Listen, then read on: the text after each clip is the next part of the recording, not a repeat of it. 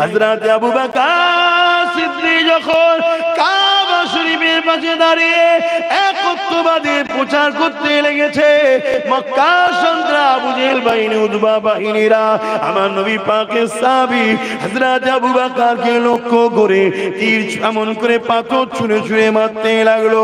ওই পাথর যেখানে লাগে ফেটে গিয়ে দরদর করে রক্ত বেরোতে লাগলো। এত মারা মেরেছিল হযরত সিদ্দিক আকবার অজ্ঞান চৈতন্য হয়ে কাবার জমিনে পড়ে গেল। ওই দিন জালিমেরা আমার নবী পাককেও ছাড়েনি, আমার নবী পাককেও তারা মেরেছে।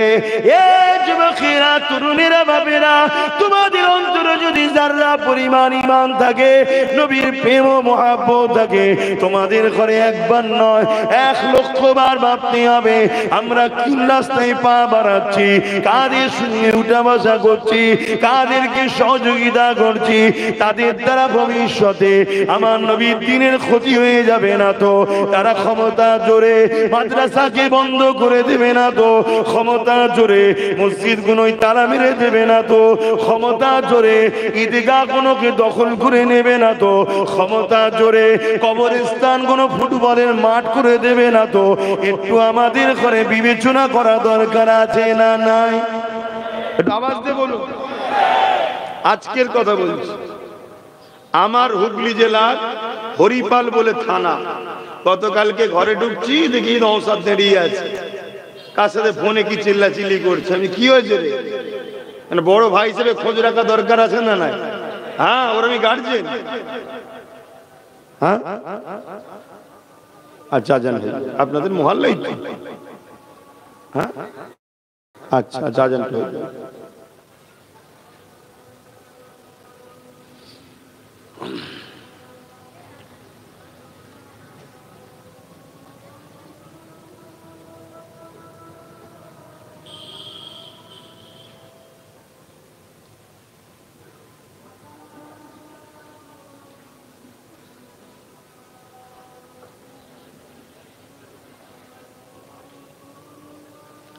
সাল্লাল্লাহু আলাইহি ওয়াসাল্লাম।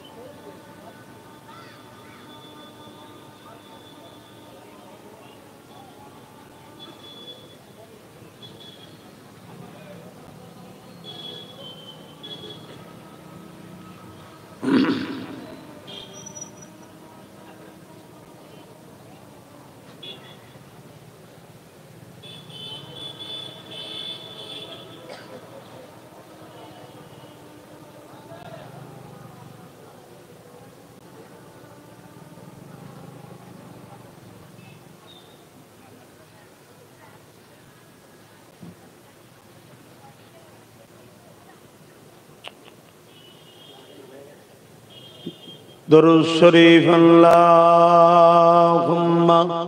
সাল্লি আলা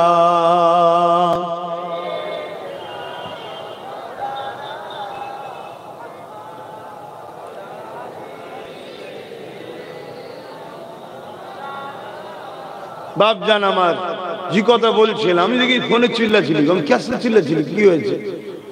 ওই হরিপাল বলে একটা জায়গা আছে আমার হুগলি জেলাতে, ওখানে নাকি কবরস্থানের ওপরে মেলা করছে। শুনছেন কি বলছে? দোকানের খুঁটি পুঁততে গেছে, খুঁড়েছে, দেখছে হাড়গোড় উঠছে। কথা বুঝছেন? এবং ওই মেলার মধ্যে কবরের চিহ্ন পাওয়া যাচ্ছে, কিন্তু ক্ষমতার জোর আছে। তা বলছে আমি যাবো কালকে, তাই চিল্লাচিল্লি করছি। আজকে গেছে শুনলাম।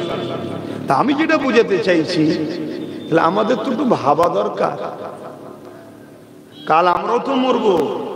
আমাদের কবরের উপরে যদি বক্স লাগিয়ে ধুমধাম আওয়াজ হয়, কি গো ভাল লাগবে? তোমার বিবেক কি বলছে? ভাল লাগবে কি? তাহলে যারা মুরব্বীরা, তোমাদের মাই মুরব্বীরা চলে গেছে, কবরস্থান গুলো কি করে বাঁচবে এটাও ভাবা দরকার আছে না? নাই, একটু ভাবো। আল্লাহ পাক ছাড় দিয়েছে, ছেড়ে দেয়নি, কেননা আমার নবী পাক অনেক কষ্ট করেছে। সাহাবা হুজুররা যখন আমার নবীকে নবী বলে, আল্লাহকে আল্লাহ বলে মেনে নিয়েছিল, মক্কা জালিম অত্যাচারী মুশরিকেরা, আবু জেহেল, উতবা, সাইবারা আমার নবী পাকের সাহাবাদের উপরে কত জুলুম করেছে। এই নওজোয়ান তরুণীরা গরম মরুভূমির বালির উপরে সাহাবা হুজুরদেরকে শুইয়ে দিয়ে বুকের উপরে ভারী পাথর চাপিয়ে দিয়ে বলেছিল, আল্লাহ ছেড়ে দে, নবী ছেড়ে দে, দিন ইসলাম ছেড়ে দে। সাহাবা হুজুর একদিকে গরম বালিতে পিঠ পুড়ে যাচ্ছে, অপর দিকে ভারী পাথরে নিঃশ্বাস নিতে পারছে না। এইরকম একটা অবস্থাতে সাহাবা হুজুররা বলতে লেগেছে, এ মক্কা নিষ্ঠুর পাষাণ জালিমেরা, আমরা আমাদের জীবন দেয়া পছন্দ করি, আল্লাহ ও রাসূলকে ছাড়া পছন্দ করি না। আরো জোরে বলুন সুবহান। এটা তো আমাদেরও বলা দরকার নাকি, যে আমরা জীবন দেয়া পছন্দ করি, আল্লাহ রসুল ছাড়া পছন্দ করি না। তবেই তো ঈমান নাকি? মুসলমান ঘরে জন্ম নিলেই মুসলমান? এ কি বাবা খালি সম্পত্তি নাকি? আল্লাহর নবী কি বলছেন, লা ইউমিনু আহাদুকুম হাত্তা আকুনা হাব্বা ইলাইহি মিন ওয়ালিদিহি ওয়া ওয়ালাদিহি ওয়ান নাস আজমাইন। অপর হাদিস শরীফ, লা ইউমিনু আহাদুকুম হাত্তা ইয়াকুনা আল্লাহু ওয়া রাসূলুহু আহাব্বা ইলাইহি মিম্মা সিওয়াহুমা মান আহাব্বা আবদাল্লাহ ইউহিব্বু ইল্লা লিল্লাহ। অপর হাদিস শরীফ, সালাসুন মান কুন্না ফীহি ওয়াজাদা বিহিন্না হালাওয়াতাল ঈমান মান কানা আল্লাহু ওয়া রাসূলুহু আহাব্বা ইলাইহি মিম্মা সিওয়াহুমা ওয়া মান আহাব্বা আবদাল্লাহ ইউহিব্বু ইল্লা লিল্লাহ ইলা আখিরিল হাদিস। তিনটা হাদিসেরই লক্ষ্য একটাই, সবকিছুর আগে জমি জায়গা, টাকা পয়সা, বাপ মা, ভাই বোন, এমনকি জানের থেকে বেশি যদি আল্লাহ ও রাসূলকে মুহাব্বত না করতে পারেন, তার মধ্যে ঈমান নাই। তাহলে ঈমান কি? আমার শুনছেন তো নাকি? বাবেরা, নওজোয়ান তরুণেরা, নিঃশ্বাসে কোনো ভরসা নাই, নিঃশ্বাসে কোনো বিশ্বাস নাই। আজ আছি, কাল চলে যেতে হবে, আজ আছেন, কাল চলে যেতে হবে। এই নওজোয়ানেরা, দুদিনের দুনিয়ার ময়দানে পড়ে আখিরাতকে হারিয়ে ফেলবেন না। আজ আমরা সহজ ইসলাম পেয়েছি, মসজিদ মাদ্রাসা পেয়েছি, আমাদের ধর্মের উপরে অত গুরুত্ব না। কিন্তু মনে রাখবেন, ইসলাম মানে ইনসাফের না। ইসলাম যদি না থাকে ইনসাফ থাকবে না। ইসলাম ইনসানিয়াতের নাম। ইসলাম যদি না থাকে ইনসানিয়াত থাকবে না। ইসলাম আদবের নাম। ইসলাম লজ্জার নাম। ইসলাম সম্মানের নাম, ভক্তির নাম। যদি ইসলাম না থাকে কোনো থাকবে না। ইসলাম মা বাপের সম্মান দিবার না। ইসলাম যদি না থাকে মা বাপ সম্মান পাবে না। ইসলাম গরিবদেরকে খানা খাবার না। ইসলাম যদি না থাকে গরিবদের বাঁচার উপায় থাকবে না। আমার নবী পাকের প্রেমিকেরা তাই বলে দিয়ে যায়, আল্লাহ নবী সাহাবা হুজুরা ইসলামের জন্য অনেক কষ্ট করেছে গো। আমার নবী পাকের সাহাবারা আল্লাহর পক্ষে, নবীর পক্ষে দাঁড়াবার জন্য অনেক জুলুম অত্যাচার হয়েছে, সহ্য করতে হয়েছে। তারা নিজেদের জান পর্যন্ত দিয়ে দিয়েছে, ইসলামকে বুকে করে ধরে রেখেছে। হাদিসের মধ্যে পাওয়া যায়, আল্লাহ নবীর একজন সাহাবী ছিলেন হযরত খুবাইব রাদিয়াল্লাহু তাআলা। এমন করে তিনাকে খ্রিস্টানেরা বন্দী করে এবং তিনার সঙ্গে আরো কেউ সাহাবা হুজুররা ছিল।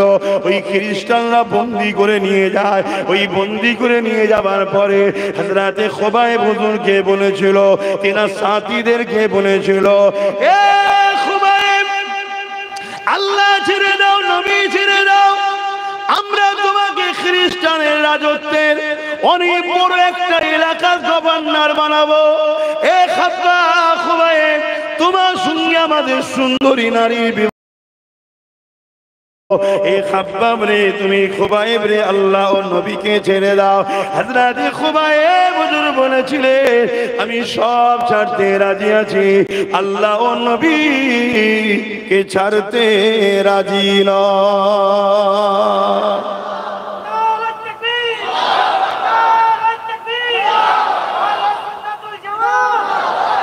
আর আজকে আমাদের অবস্থা কি বল,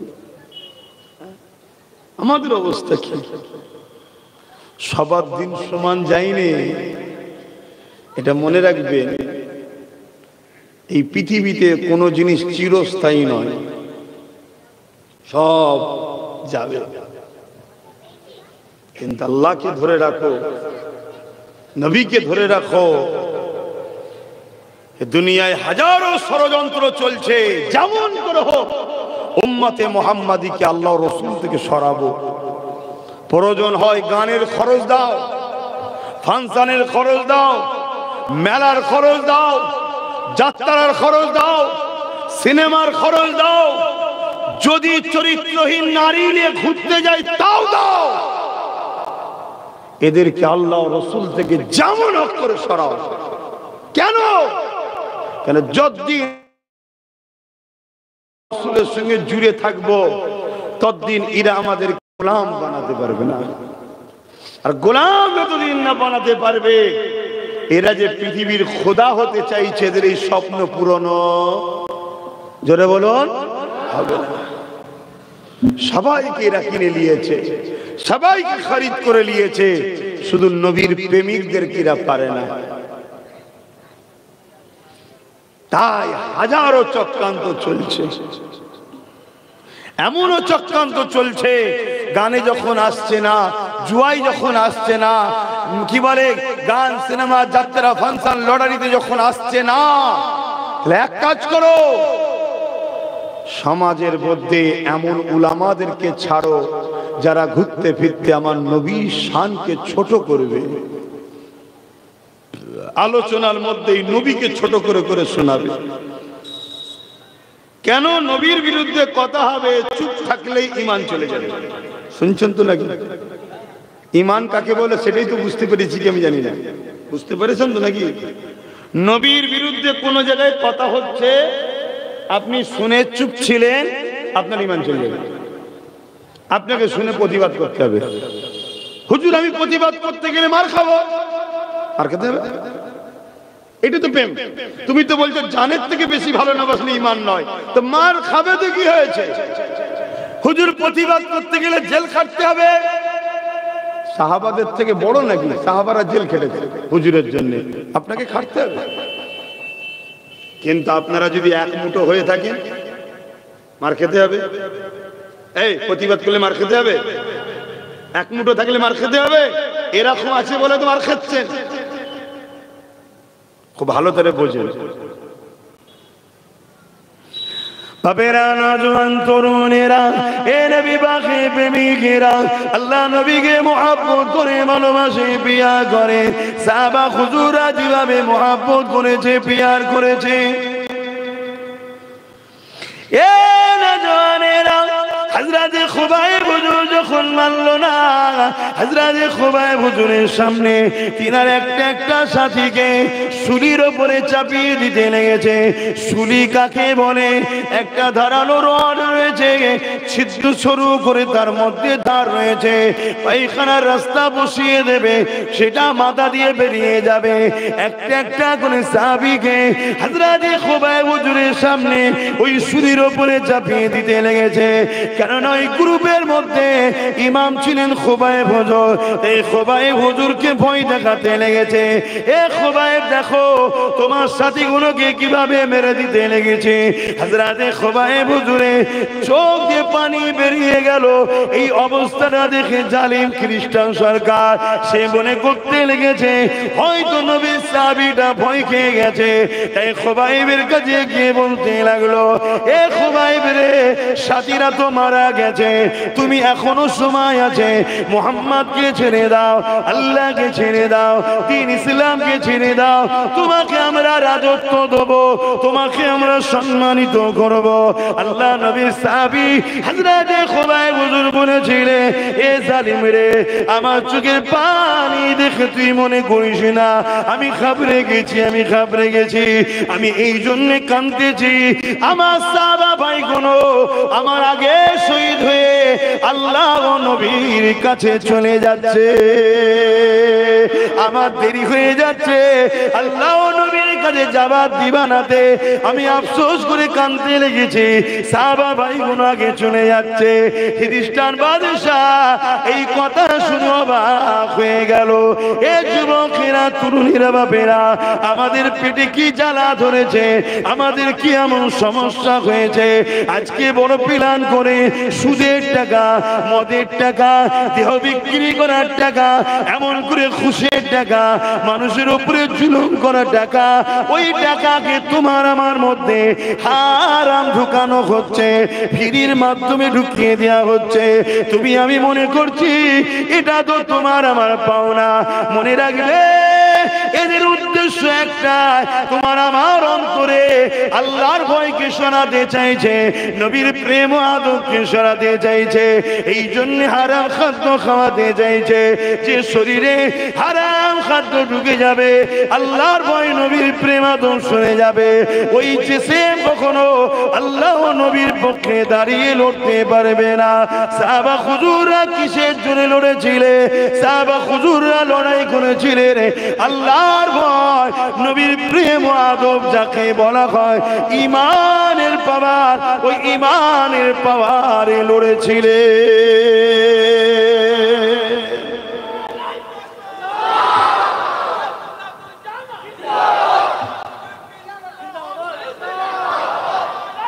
আল্লাহ আমার আব্বা জানের আমার আলোচনায় কষ্ট হচ্ছে না তো? যুবকদের অসুবিধা হচ্ছে? আমি তো প্রতি বছর আসি, এর জন্য অসুবিধা হয় নাকি? তাহলে এই আজ ছেলে কোনো সংগঠনের ছেলেরা ভালোবাসে, ভাইজান আপনাকেই যেতে হবে, আমিও তো বলি ঘুরিয়ে ফিরিয়ে নিয়ে যা, কিন্তু এরা ছাড়বে না, না আপনাকে যেতে হবে। তা আসি, আপনাদের অসুবিধা হয় না তো? দেখেন চেষ্টা করছি, কেমন একসাথে বসেছি, পরকালে যদি একসাথে জান্নাতটাই যেতে পারি কত ভালো লাগবে না? এজন্য চেষ্টা করছি। কিন্তু মনে রাখবেন, গুনাহগারের জান্নাত যাওয়া হবে, গুনাহগারের জান্নাত যাওয়া একদিন না একদিন হবে, গুনার মাফ করে শাস্তি খেটে হলেও যাওয়া হবে। কিন্তু ইসলামের ক্ষতিকারক বেঈমানদের কখনো কিন্তু জান্নাত যাওয়া, বলুন বলুন, মুনাফিকি করবেন না। অনেক রকম চক্রান্ত চলছে। আপনি জানেন ইসলামকে মিটাবার জন্য মিলিয়ন মিলিয়ন বিলিয়ন কোটি ডলার টাকা খরচ হয় ইসলামকে মিটাবার জন্য।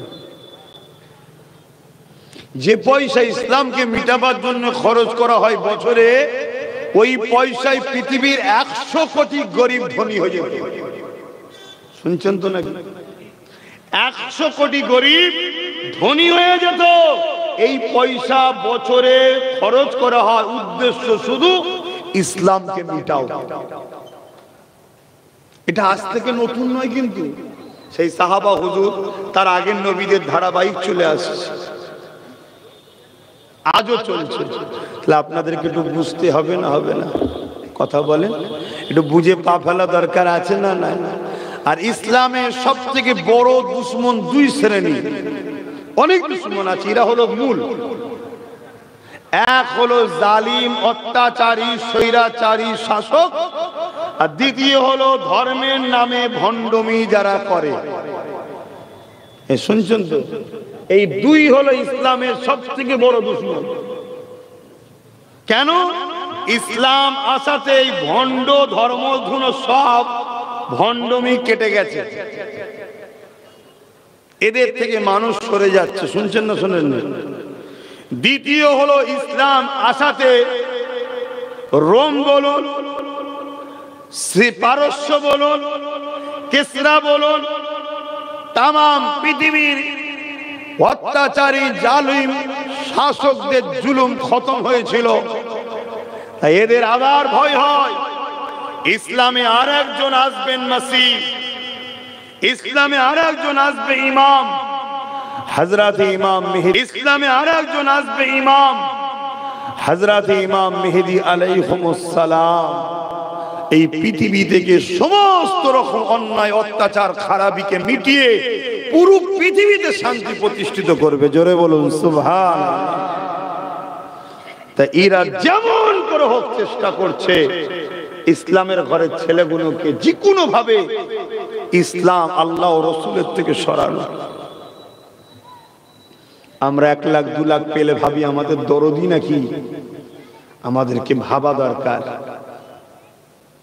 যে আমাদের দরদি না আমাদেরকে গোলাম বানাচ্ছে খরিদ করে। তবে একটা কথা মনে রাখবেন, যদি আমি ইসলাম থেকে সরেও চলে যাই, এতে আমার আল্লাহ ও নবী পাকের কোনো অসুবিধে নাই। এ নওজওয়ানেরা, আল্লাহ দিনের জন্য যথেষ্ট, আল্লাহ দিনার নবী পাকের জন্য যথেষ্ট। আল্লাহ পাক নতুন প্রজন্ম তৈরি করে নেবে যারা ইসলামকে মিটাতে চাইছে, তাদের ঘর থেকে ঈমানের কালেমা পড়িয়ে আল্লাহ নবী দ্বীনের সৈনিক বানিয়ে দেবে, ইসলামের ঝান্ডা ধরার লোক তৈরি করে দেবে। তার একটা উদাহরণ প্রায় জায়গায় দিই, আমি আপনাদেরকে আজকেও জানিয়ে দিই। এ নওজওয়ানেরা, আল্লাহ নবীর সব থেকে বড় দুশমন ছিল আবু জেহেল। আবু জেহেল আমার নবী পাককে মিটাতে চেয়েছিল, ইসলামের বাতিকে বন্ধ করে দিতে চেয়েছিল। কিন্তু আবু জেহেলের একটা ছেলে ছিল ইকরামা, সে একদিন আমার নবী পাককে দেখে বুকের মধ্যে ধরে জড়িয়ে ধরেছে, যেভাবে আমরা ঈদের দিনে গলায় গলায় মিলি। এই আবু জেহেলের ছেলে ইকরামা আমার নবী পাকের সঙ্গে বুকে বুকে গলায় গলায় মিলে নিয়েছে। এই খবরটা আবু জেহেলের কাছে চলে গেল। আবু জেহেল তৎকালীন সমাজ শাসক ছিল। আবু জেহেল আইন করে দিয়েছিল, মুহাম্মদ রাসূলের কাছে কেউ যেতে পারবে না। কেউ যদি মুহাম্মদ রাসূলের কাছে যায় তাকে মৃত্যুদণ্ড দেওয়া হবে, তাকে মৃত্যুদণ্ড শাস্তি দেওয়া হবে। যখন আবু জেহেলের কাছে খবর চলে এলো ইকরামা তোমার ছেলে মুহাম্মদ রাসূলের সঙ্গে বুকে বুকে গলায় গলায় মিলেছে, হে আমাদের সরদার আবু জেহেল কি করবে তুমি বলো? ওই সময় আবু জেহেল বলতে লাগলো, আমার ছেলে তো কি হয়েছে, ছাড় নাই, আইন আইনের রাস্তায় চলবে। আমরা এই কথা শুনি না? শুনি না? এই কথা বলেন, আমরাও শুনি না? আজকের দিনে আইন আইনের রাস্তায় চলবে। আইন আইনের রাস্তায় চলে না, চলে। আইন কমজোরের পিছনে লাগে আর সবলদের শাস্তি করে। ঠিক না বেটি? এসব মুখের কথা, আইন আইনের রাস্তায় চলবে, হাকিকাতে হয়? কথা বলছো না তো? যদি হতো তাহলে আরজি করে এই বোনটা ইনসাফ পেল না কেন বলো? একদম তো এটা কোনো খপ্ত নয়, দিনের থেকেও সত্য। কি একটা বোন ফুটফুটে মেয়ে, সে কষ্ট করে মেহনত করে আরজি করে চিকিৎসা করছিল, তাকে একদল পশু রেপ করে হত্যা করেছে। এই তো ঘটনা, শাস্তি হয়েছে। লাস্টে দেখাচ্ছে কি একটা রুগা পাটকা সিভিক ভলেন্টিয়ার, সে নাকি একা করেছে। আমার তো মনে হয় বোন যদি একটা উল্টো হাতে চড় মারেও 3 দিন বেহুশে পড়ে থাকবে। শুনছেন না শোনেন না? তাহলে কি রকম নাটক চলছে বুঝতে পেরেছো? হ্যাঁ, আমি তো কথা কম বলি, কেন আমি কথা বললে মূল জায়গায় কথা বলে ফেলি। এই আরজি করলে যা নাটক হয়েছে সব ফেক। আরজি করের মূল মাস্টার মাইন্ড কারা, তাদের বিষয়ে কোনো চর্চাই হয়নি, কোনো চর্চা হয়নি। কথা বুঝে আসছে? মূল যারা মাস্টার মাইন্ড তাদের বিরুদ্ধে কোনো চর্চা হয়নি। কারা? ওই এলাকায় যে 2জন মন্ত্রীর ছেলে দাদাগিরি দেয়, খোঁজ লাও তারা। কিন্তু সে বিষয়ে কোনো কথাই হবে না, মিডিয়া সে বিষয়ে কথাও বলবে না। কেন? ঘটনা শেষ, মিডিয়ার অফিসের টাকা এসে যাবে। চ্যানেলটা বন্ধ করতে চাস, এই টাকাটা হলে চ্যানেলও চলবে, বেশি কথা বলবি। যে স্যার শুনছেন না? শোনেন না? কিন্তু ইসলামের পক্ষে যারা থাকে তারা ওই সব টাকা দিয়েও কিনা যায় না, কারো হুমকি কারো চুমকি দিয়ে তাদেরকে রুখা যায় না। তার একটা নমুনা হলো আব্বাস সিদ্দিকী।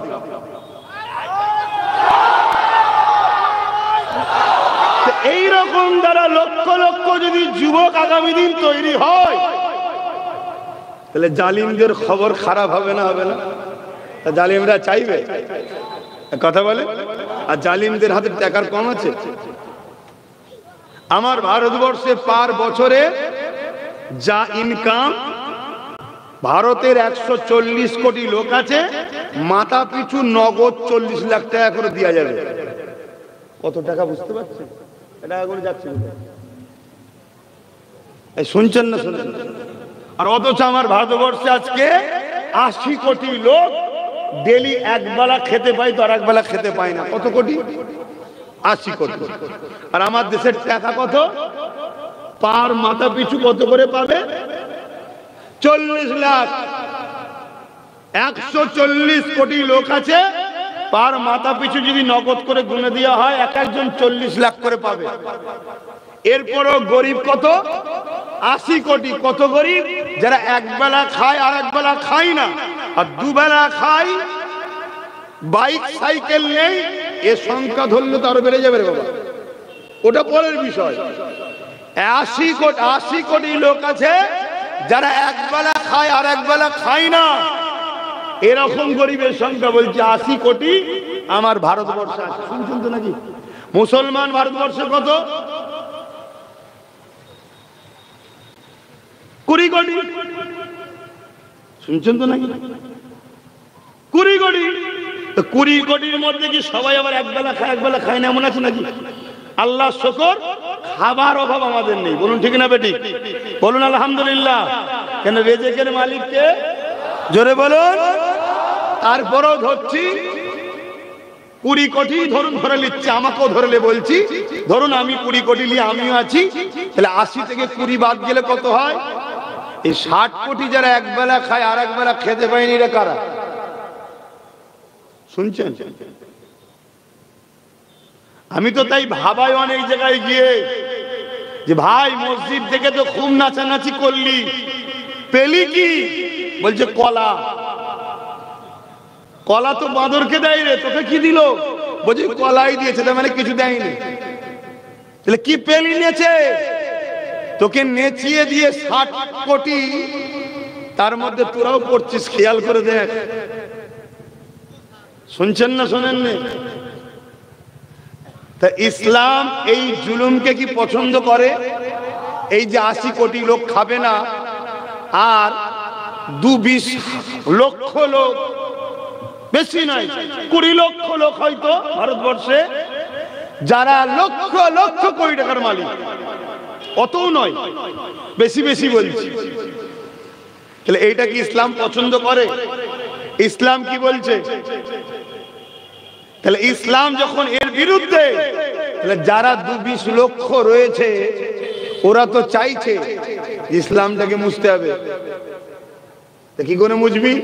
ওই 60 কোটি যে আছে ভিখারি, খাওয়া 200 টাকা দিয়ে মধ্যে, 200 টাকা দিয়ে মধ্যে একবেলা খাইয়ে দে, দেবাল মার, মুসলমানদের মসজিদ ভাঙ, হই হই কর, এই স্লোগান দে, দুশ্মনী তৈরি কর, এই তো করছে। যাক, বিষয়টি আলোচনা এখন নয়। আমি যে কথা বলতে যাচ্ছিলাম, আমার রাসূলুল্লাহ যেটা রেখে গেছে ওটাকে মজবুত করে আমাকে আপনাকে ধরতে হবে।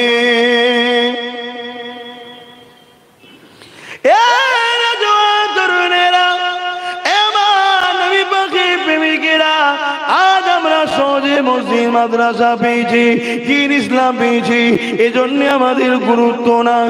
অথচ আমার নবী পাকের সাহাবা হুজুররা কত কষ্ট করেছে ইনসাফের জন্য, ইনসানিয়াতের জন্য, মানবতার জন্য, সভ্যতার জন্য, গরিবের হক মিটি পাওয়ার জন্য, এতিমের পক্ষে দাঁড়াবার জন্য, অসহায়কে সাহায্য করার শিক্ষা দিবার জন্য, এই দুনিয়ার উপরে ইনসাফ প্রতিষ্ঠিত করার জন্য, ইনসানিয়াত প্রতিষ্ঠিত করার জন্য, মানবতা, মানব শিক্ষা দিবার জন্য, মানব বন্ধন তৈরি করার জন্য আল্লাহ নবী সাহাবারা যখন ন্যায়ের পক্ষে দাওয়াত দিয়েছে, ওই সময় মক্কার অত্যাচারী আবু জিল, উতবা, সাইবারা আমার নবী ও সাহাবাদের উপরে কত জুলুম করেছে।